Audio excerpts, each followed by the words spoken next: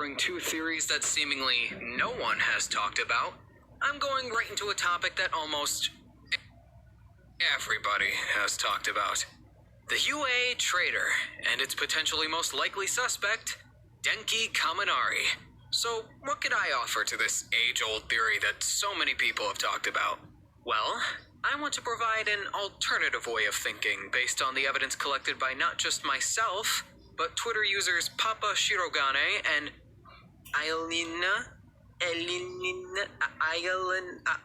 I'm so sorry. So shoutouts to them for making me rethink this whole scenario. We're going to go bit by bit on why Kaminari would be the perfect traitor character for My Hero Academia.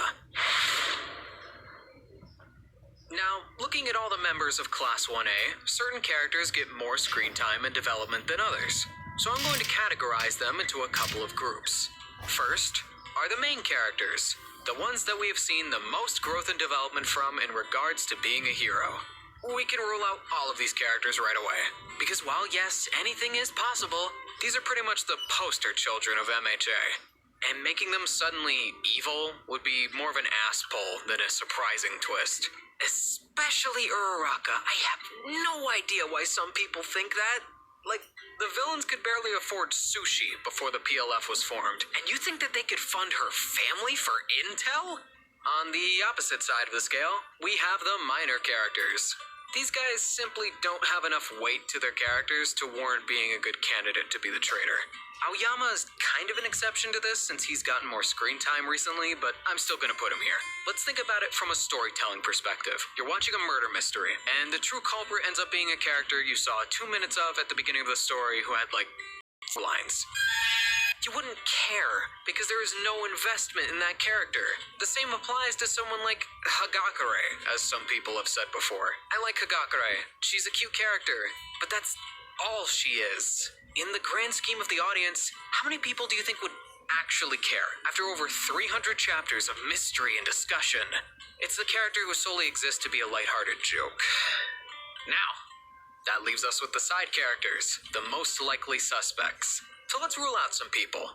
Yaoyorozu has had several episodes dedicated to working on her self-confidence as a hero, and was the key player in taking Gigantomachia down. She also cried at the death of Midnight, so I don't think it's her. Speaking of which, Mina is also exempt from this role for a lot of the same reasons as Momo. Standing up for people in need and being a beacon of hope for people is a core part of her character, and her being the traitor would betray that development, and not in a good way. It would feel more like regression than progression, if you get what I'm saying. Tokoyami saved Hawk's life after he trained him, Suyu has consistently been a team player, Jiro had an entire musical number about her being a hero people can rely on, and frankly, Mideta is too much of a joke character to the point where if it was him, I don't think a single person would be happy. That only leaves us with Kaminari, the perfect sweet spot between a character we've seen enough of to have an emotional attachment to, while also being someone we don't know much about, aside from the small scene here and there. Going into the manga side of the story here, specifically regarding the origin of Toga, we learn that the quirk you were born with will influence your personality. Toga's blood-sucking quirk made her naturally attracted to the concept of blood. Shigaraki had a growing itch to destroy, even as a little kid, regardless if it was subconscious at first. You get the point. So, how does this relate to Kaminari? Well, instead of going with the traditional path of a traitor character and having them reveal themselves as a liar with the whole "haha, I fooled you all along" thing, I think there could be a much cooler way of going about it that could explain everything. So what's Kaminari's quirk? It's electricity. And electricity has a positive and a negative charge that attract towards each other to work in tandem. So what if they took this concept and implemented it into Kaminari's mental state, having a positive and a negative side? In other words, a split personality. The perfect setup for a traitor character. Someone who acts on both sides of the moral scale and at the same time can believably play both of their roles to a T because they themselves get lost in it. For my Attack on Titan fans that may be watching, if you think of this in the context of that character, everything I say after this point will make a lot of sense. This, in my opinion, would be the best way to pull off a traitor character, because Kaminari wouldn't just suddenly hate everyone and become evil. There would be that strong emotional pull, because he genuinely got attached to his fellow classmates. And now that his identity is exposed, he can never come back to them again. That sympathetic quality to Kaminari's character, and the fact that he has fought on the side of good on multiple occasions, is why so many people disregard him immediately. But that's because we're only seeing one side of him, the positive side. When he becomes aware of what he is as a villain, what is that Kaminari like? We can actually see an example of what that could look like in this official illustration from Horikoshi. We can see the positive and negative idea on full display. If you split his face, you get the positive and fun himbo that we all love, and a wicked grin full of malice and negativity. But Kaminari would be too dumb for this. That's literally his weakness. I hear you cry. Well, what if the dumbness was an act? I want to bring your attention to the biggest scene that convinced me of this possibility. In Chapter 16, we learn the fundamentals of Kaminari's quirk. If he exceeds his limit, which in this point of the story is 1.3 million volts, his brain will fry, and he will go into his dum-dum mode. Skip ahead to Chapter 29, and we see Kaminari pull off this same move again in the cavalry battle, even specifying it is the same 1.3 million volts. He uses the move, and he's fine. He uses the move, we get this panel of Kaminari looking really nervous, like he just realized he didn't do his usual shtick. Hell, even the text of Tokoyami saying he is the real problem could have a deeper meaning if all of this comes to pass. On top of that, we know that he didn't just get better, because in the same arc just a few chapters later, he does this same move against Shiozaki, and he gets the dumb effect. Now, people can point out that, oh, but look here, he gets the effect gradually over time in the cavalry battle. Every single other time we have seen this weakness, Horikoshi draws Kaminari with the same distinct Saitama-looking face. And also every time it's happened, it's been instantaneous. Considering he used this attack on over 10 people, he shouldn't even be able to speak, let alone act this way.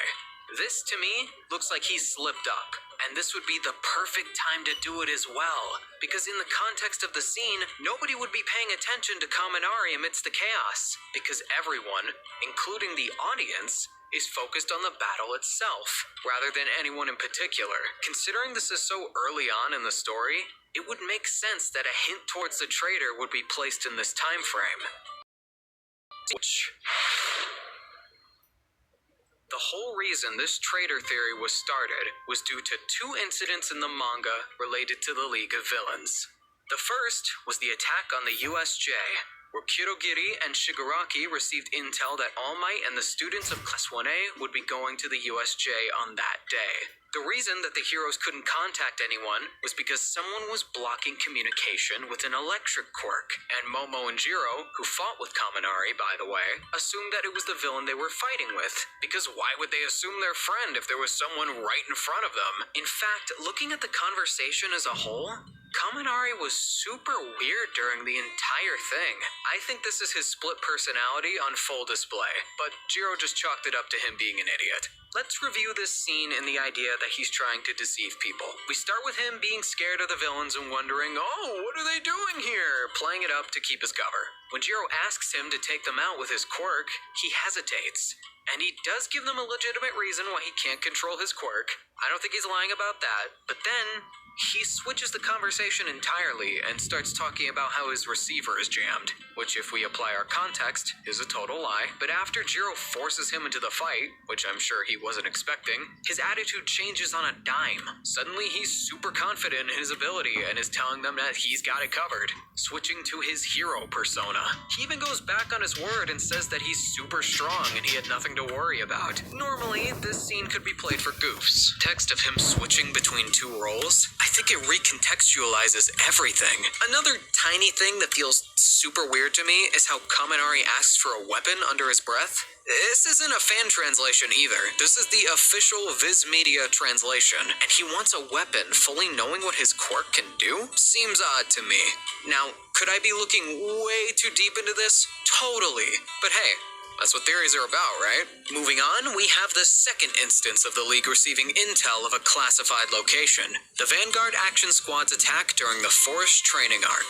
We don't have many indications of how they found out about this either. All they say is that our shadowy orchestrator has planned everything, which we can assume is all for one. I'll get back to him later, but for now, I'm going to point out another small detail. So, just before the attack happens, we get two panels of the students sleeping. One for the boys, one for the girls. We see in the bottom panel that the empty sleeping bag is occupied by Hagakure due to the floating blanket and her shadow. But on the boys' side, someone has climbed out of bed, just as the League arrives. How very intriguing. These are the characters that we don't see sleeping, but I already discussed why I don't think it's anyone other than Kaminari. Especially out of this lot. He's the only one that could have contacted the League using his quirk without getting caught, because he would just have to get out of hearing range to contact them. Someone like Kirishima would have to walk right up to them, which we see isn't the case in the shot of the Vanguard. Now, the only contradiction to this is that the League has put Kaminari in danger multiple times. Like, Compress nearly killed him with a f***ing boulder. They did not give two shits what happened to that kid. This proposes an interesting question of where Kaminari's allegiance lies. I feel like Kaminari isn't